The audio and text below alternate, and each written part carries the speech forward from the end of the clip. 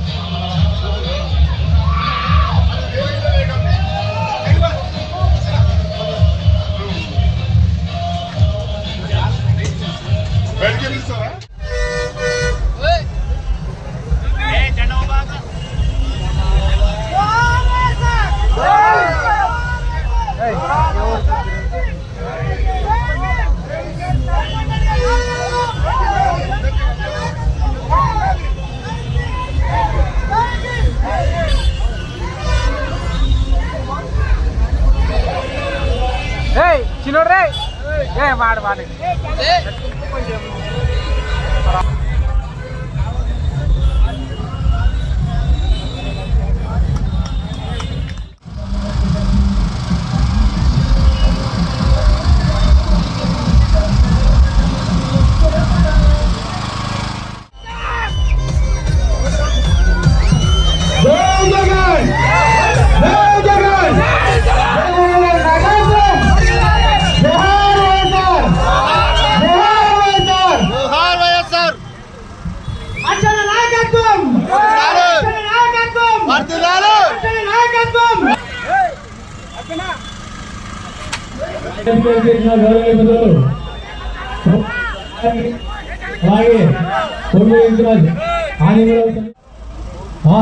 హామీలను దుంగలు దొరికిన వ్యక్తి చంద్రబాబు నాయుడు గారు 2014లో ఇలాగే 600 హామీలు తప్పుడు హామీలు ఇచ్చి అధికారం వచ్చిన చరిత్ర చంద్రబాబు నాయుడు గారు. అలాగే 2024లో ఏవైతే మన గతంలో జగన్మోహన్ గారు ఇచ్చిన సంక్షేమ పథకాలు రద్దు చేసి ఈ రోజు కొత్తగా సూపర్ పథకాలు ఇస్తారని చెప్పి హామీ ఇచ్చి వెనుబడి పడుతున్న వ్యక్తి చంద్రబాబు గారు. మన సంక్షేమ పథకాలలో నవరత్నాల్లో దాదాపుగా విద్యా వైద్యం అనేది పెద్ద చరిత్ర ఆంధ్రప్రదేశ్ చరిత్రలో ఎవరివని పథకాలు, ముఖ్యంగా ఫీజు రియంబర్స్మెంట్, అమ్మఒడి, వైఎస్ఆర్ చేయుత, ఇలా అన్ని పథకాలు కూడా ఇచ్చిన చరిత్ర మన జగన్మోహన్ దేశంలో ఏ ప్రభుత్వంలో కూడా ఇటువంటి సంక్షేమ పథకాలు అమలు చేయలేదు. కానీ మన ప్రభుత్వంలో అన్ని చేసినాం. కానీ సూపర్ ద్వారా తప్పుడు హామీలు ఇచ్చి అధికారం జరిగింది. ఈ హామీలను సులువుగా ప్రజలు ప్రతి ఒక్కరు కూడా మనం చూసినాము. రేషన్ డెలివరీ ప్రతి ఇంటికి వెళ్ళాం. కానీ ఇప్పుడు మహిళలు చాలా మంది చాలా ఇబ్బంది పడుతున్నారు. రేషన్ షాపుపై చాలా ఇబ్బంది పడుతున్నారు. కొంతమంది అనారోగ్యాలు కూడా చనిపోయింది. ఇటువంటి వెన్నుబడి నాయకుడిని మనమందరం కూడా ప్రెసిడెంట్ అవసరం ఉంది. రాబోయే రోజుల్లో ప్రతి ఒక్కరు కూడా వీళ్ళ విధానాన్ని వ్యతిరేకించి ఎందుకంటే 360 రోజుల నుంచి అంటే అధికారంలోకి వచ్చిన రోజు నుంచి ఈ ప్రభుత్వం వెన్నుపోటు పొడుస్తూనే ఉంది. ఎన్టీఆర్ దగ్గర నుంచి మొదలు పెడితే ఇప్పుడు దాకా ఈ రోజు దాకా పొడుస్తూనే ఉన్నారు. గమనించారు మీరు? అన్ని పథకాలు వస్తున్నాయి కదా మీకు. నాయకులకు, అభిమానులకు అందరికీ కూడా అందరికీ నమస్కారం తెలియజేసుకుంటున్నాను. ఈరోజు చూస్తున్నాం, ఎలక్షన్ల ముందు ఇవిస్తాం అవిస్తాం అనే ఆశలు పెట్టుతూ మనకి ఎన్నో హామీలు ఇచ్చారు. ఎవరు? చంద్రబాబు నాయుడు గారు. సూపర్ 6 పథకాలతో పాటు మరియు ఎన్నెన్నో హామీలు ఇవ్వడం జరిగింది. అయితే సంవత్సరం కాలం మూసింది. ఈ రోజుకి కరెక్ట్గా సంవత్సరం అయినది. వచ్చినప్పుడు చూస్తున్నాం, పింఛన్ 4000 ఇస్తున్నాడు, ఇచ్చినాడు. అయితే ఒక్కటంటే ఒక్కటి కొత్త పింఛన్ లేదు. అలాగే అమ్మఒడి ఇస్తున్నాడు. నీకు 15,000, నీకు 15,000, నీకు 18,000, నీకు 18,000 అంటూ ఒక్కటంటే ఒక్కటి కూడా పథకం అమలు పరిచినటువంటి దినం చూస్తున్నాం. అటువంటి గవర్నమెంట్ని ఈరోజు మన వైఎస్ఆర్సీపీ పార్టీ వెన్నుపోటు దినముగా జరుపుకుంటున్నాం. ఒక్కసారిగా గుర్తుపెట్టుకోండి, ఏదైనా ఒక్కసారి హామీ ఇచ్చినంటే జగన్మోహన్ రెడ్డి కులం చూడం, మతం చూడం, ప్రతి ఒక్కటి కూడా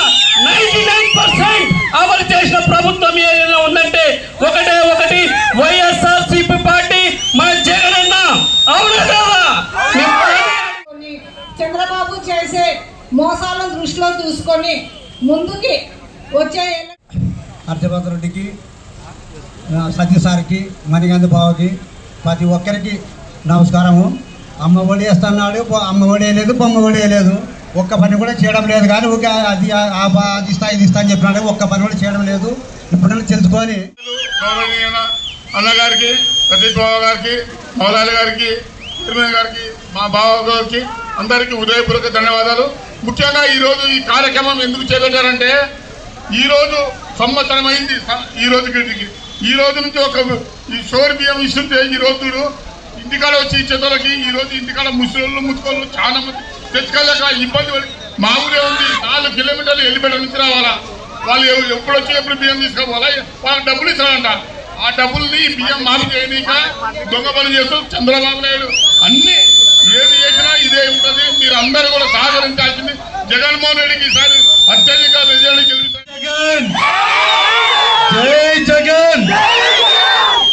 వెన్నుపోటు దినోత్సవానికి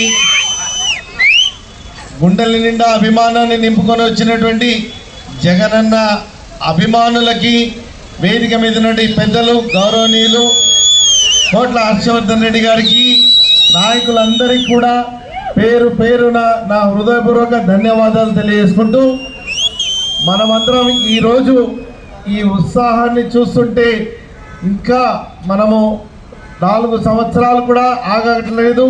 తప్పకుండా 2.0 జగనన్న మళ్ళీ ముఖ్యమంత్రి చేయడానికి ఏ మాత్రం అనుమానం లేదు నాకు. సంవత్సరం అయింది, మాట ఇచ్చినది ఏది నిలబెట్టుకోలేని మనస్తత్వము, ఆయన ఆలోచన విధానం. కూటమి ప్రభుత్వం మొదటి నుంచి చెప్తూనే ఉన్నాడు జగనన్న, మాట నమ్మొద్దండి నమ్మొద్దండి అని. నమ్మితే వెన్నుపోటు పొడిచేదే. మామకైనా ప్రజలకైనా ఎవరికైనా వెన్నుపోటు పొడిచే మనస్తత్వమే మరి చంద్రబాబు నాయుడుది. అందరూ గమనించాలి. ఇక మోసపోవడానికి మనము సిద్ధంగా లేము. ఈసారి నమ్మేదే లేదు.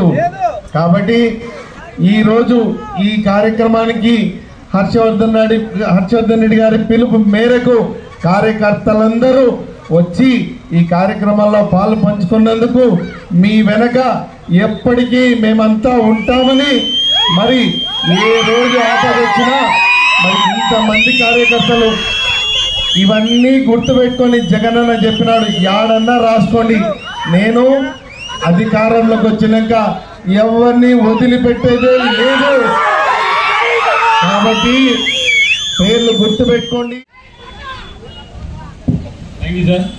ఇప్పుడు మన ముఖ్య అతిథి గౌరవ ప్రియతమ నేత మాజీ కూడా చైర్మన్ హర్షవర్ధన్ గారిని మాట్లాడుతున్నాం.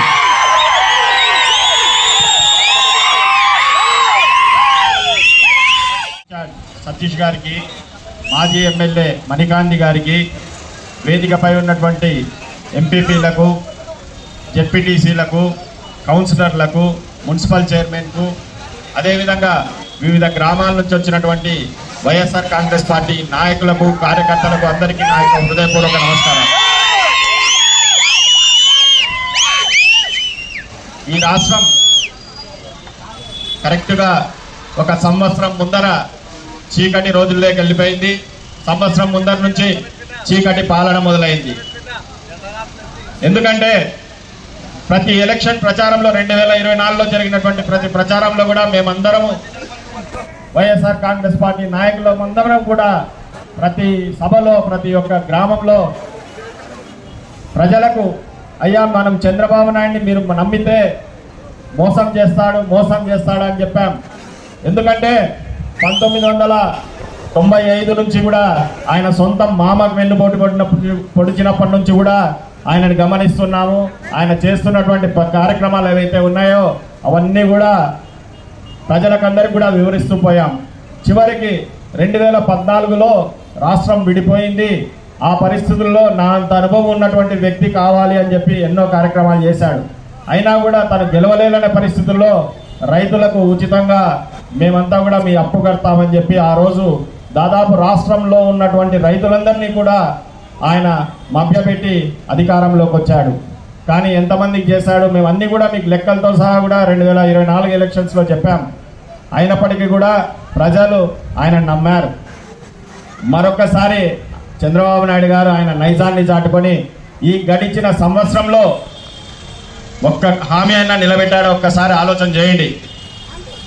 మొట్టమొదటి సంతకం తను గెలిచిన తర్వాత మొట్టమొదటి సంతకం, నేను నిరుద్యోగులకు 16,500 ఉద్యోగాలు ఇస్తాను టీచర్స్కి అని చెప్పి మనల్ని ఇబ్బంది పెట్టినటువంటి ఎవరైనా అధికారి కావచ్చు, నాయకులు కావచ్చు, ఎవరైనా కూడా మీరు నోట్ చేసి పెట్టుకోండి. తప్పకుండా వాళ్ళని మనం ఏం అనాల్సిన పని లేదు. చట్టపరంగా వాళ్ళు చేసిన తప్పులు ఏవైతే ఉన్నాయో అన్ని మళ్ళీ వెలికి తీసి తప్పకుండా వాళ్ళని చట్టం ముందు దోషులుగా నిలబెట్టి మనం అభివృద్ధి చేసుకుంటూ పోదాం. కాబట్టి చిన్న చిన్న సమస్యలు ఎప్పుడు మేము కూడా ఇన్నేళ్ళు రాజకీయం చేసినాం, ఈ రకమైనటువంటి పాలన ఎక్కడా చూడలేదు. అంతో ఇంత ఇప్పుడు 10 హామీలు ఇస్తే ఒక 4-5 ఇచ్చి మిగతాది వదిలిపెట్టే వాళ్ళని చూసినాం. కానీ ఈరోజు ప్రతి ఒక్కటి కూడా డైవర్షన్ పాలిటిక్స్, పార్టీలో వైఎస్ఆర్ కాంగ్రెస్ పార్టీని అనగదొక్కడానికి, వైఎస్ఆర్ కాంగ్రెస్ పార్టీ నాయకుల్ని, కార్యకర్తల్ని, గ్రామంలో ఉన్నటువంటి ప్రతి ఒక్కరిని ఇబ్బంది పెట్టడానికి వాడుకుంటున్నారు. మేము కూడా బాధపడ్డాం ఆయన దగ్గర. గడిచిన 5 సంవత్సరాల పాటు కార్యకర్తలకైతేనేమి, నాయకులకైతేనేమి సరైన ప్రాధాన్యత రాలేదు. సరైన ప్రాధాన్యత మీ దగ్గర లేదు. దయచేసి అది మానుకోవాలంటే ఆయన ఒక్కటే చెప్పారు, ఈసారి మీరు జగన్ 2.0 చూస్తారు. మీరు ఏదైనా సరే ఇప్పుడు కూడా భయపడొద్దండి. ఏ అధికారి అయితే మన కార్యకర్తను ఇబ్బంది పెట్టారో ఆ అధికారి రేపు పొద్దున ఆ కార్యకర్తను పోయి అడుగున్న తర్వాతనే అతనికి ఏదన్నా అవకాశం ఇస్తాం తప్ప అంతవరకు ఎవరు వచ్చినా ఏ నాయకుడు చెప్పినా కూడా మేము మీకు అన్యాయం చేసే ప్రసక్తే లేదని చెప్పాను.